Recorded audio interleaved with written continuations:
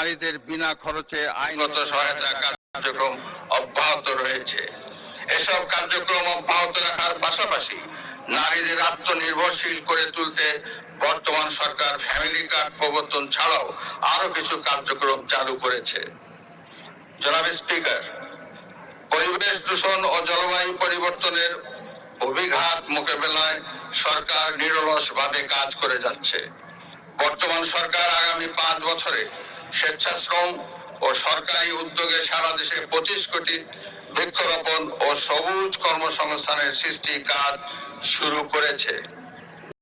প্রতি বছর 5 কোটি বৃক্ষরোপণের পরিকল্পনা বাস্তবায়নের কাজ ইতিমধ্যে শুরু হয়েছে। এই কর্মসূচি সুষ্ঠুভাবে বাস্তবায়ন করতে বৃক্ষ চারা উৎপাদনের জন্য 10,000 নতুন নার্সারি উদ্যোক্তা গড়ে তোলা হবে, যা 2.5 লক্ষাধিক কর্মসংস্থান তৈরি করবে। 2025 সালের জানুয়ারি মাস থেকে দেশের সকল ভূমি সেবা একটি সমন্বিত নির্দেশিকা 2026 প্রণয়ন করা হয়েছে।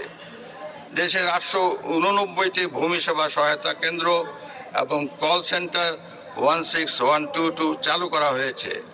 বর্তমান সরকার এসব কার্যক্রম সুসংহত ও সমন্বিত করে জনগণের হয়রানি রোধ এবং দ্রুত সেবা প্রাপ্তি নিশ্চিত করার কার্যক্রম চালু করেছে।